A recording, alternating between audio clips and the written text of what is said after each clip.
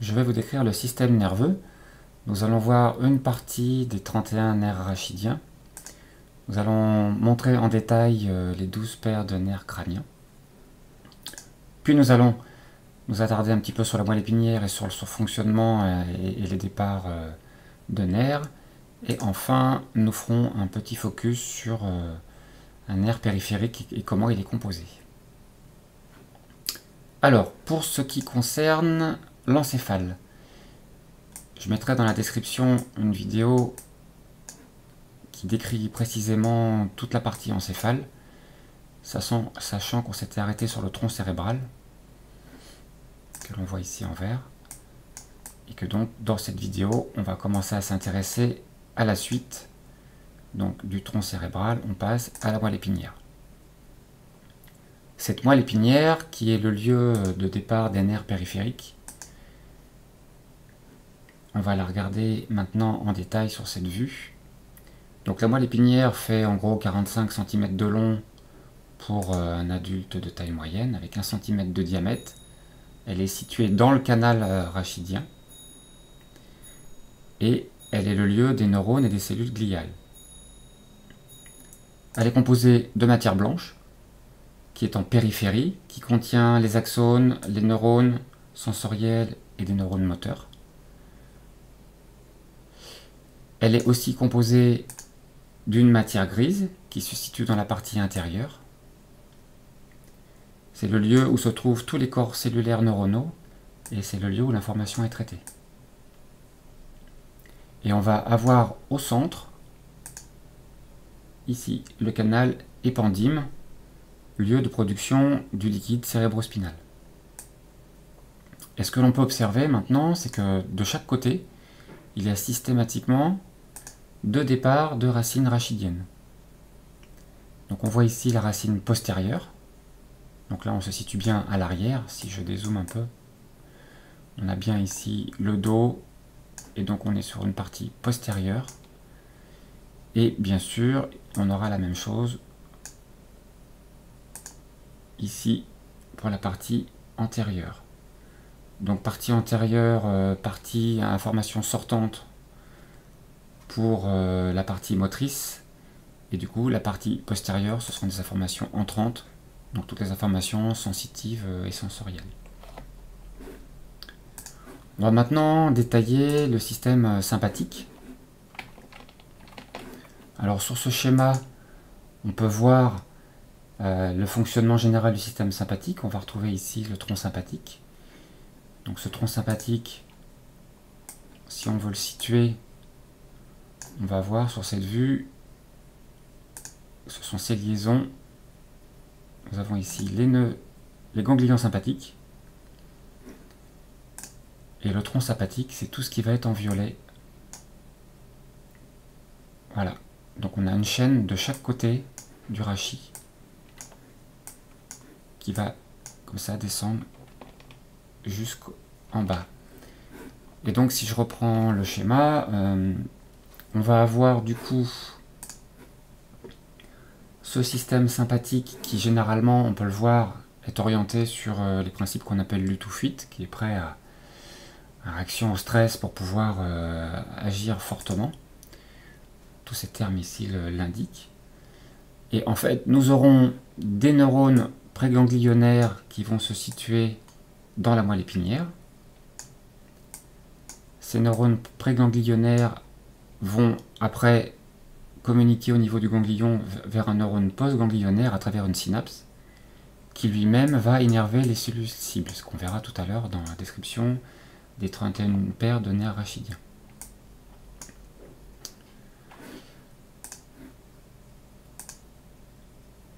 Justement, on y passe. Je vais vous montrer ça sur cette vue.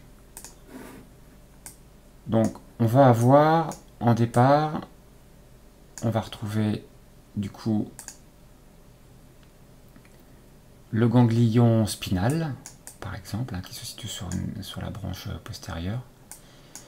Et donc chaque nerf en sortie, que ce soit à droite ou à gauche, va envoyer des informations dans les nerfs périphériques à différentes parties du corps. Donc on voit ici par exemple en bleu clair la partie qui va être desservie par ce nerf. Et des nerfs comme ça, il va y en avoir effectivement 31 à chaque sortie, entre chaque vertèbre. Nous allons avoir comme ça des sorties qui vont aller informer différentes parties du corps. On va voir plus en détail une partie qui va peut-être être plus intéressante, par exemple ici, pour ce nerf, puisqu'effectivement, là on voit toute la partie qui est desservie à partir de cette sortie. On voit que ça concerne tout l'avant-bras et une partie du thorax. Et comme ça, on a effectivement de proche en proche les 31 paires. Je ne vais pas toutes les faire, bien sûr. Chaque sortie va informer une partie du corps.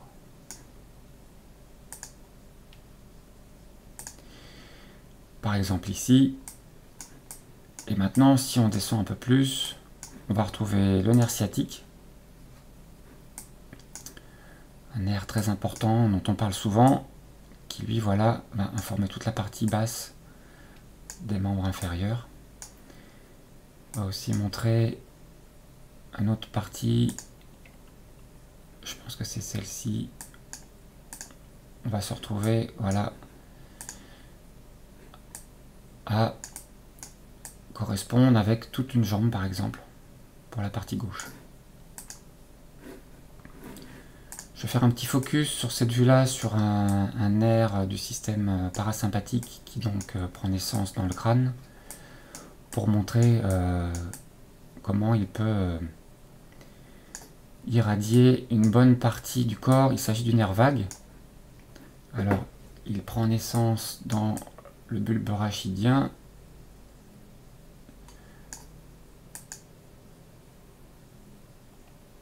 Ce n'est pas celui-ci. Et c'est là où on voit qu'il y a quand même beaucoup de connexions. Alors, ça doit être plutôt celui-ci. Voilà le nerf vague. Donc bien sûr, il y en a un à droite, un à gauche. Là, on est sur le gauche. Et ce nerf vague, du coup, on va voir à quel point il est important. Donc là, il va continuer ici sur une partie commune. Pour se séparer, par exemple ici, pour la partie estomac. Et puis ici, pour la partie hépatique. Donc voilà, on se situe quand même, bien sûr, au niveau des intestins.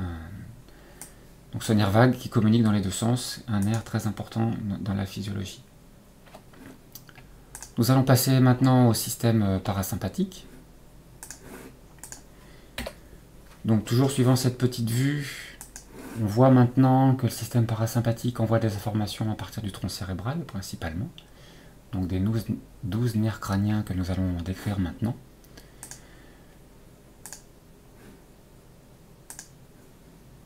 Alors, nous allons démarrer par le nerf olfactif. Donc ce nerf olfactif, que l'on voit ici en vert, se prolonge par le bulbe olfactif, et on peut voir toutes les terminaisons nerveuses qui sortent de ce bulbe olfactif. Ils sont très nombreux et récupèrent beaucoup d'informations au niveau olfactif. Nous allons après avoir le nerf oculaire, le nerf optique. Après, nous pourrons voir le nerf oculaire commun. Puis le nerf pathétique. Le trijumeau. Alors le trijumeau, il est intéressant de montrer toutes les parties qui vont être en relation avec ce nerf trijumeau. Toute la face, le sommet du crâne. Donc un nerf bien sûr très important. Après ce nerf trijumeau, nous allons avoir le nerf moteur oculaire externe qui se situe ici.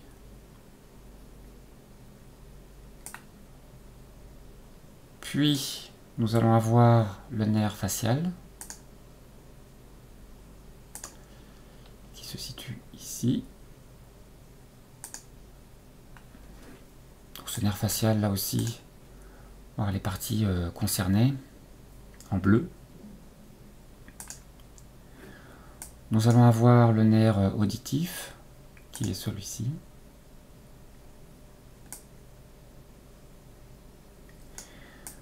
Après, ce que je vais faire, c'est que je vais remettre le crâne pour mieux se repérer. Ce sera quand même plus facile en cachant cette partie-là.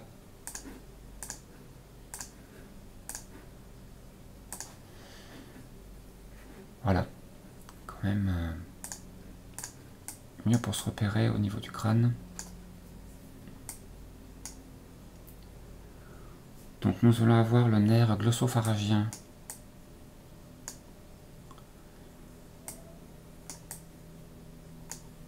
alors qui doit être celui-ci. Voilà, et là pareil, on peut voir aussi les parties en bleu qui sont en communication.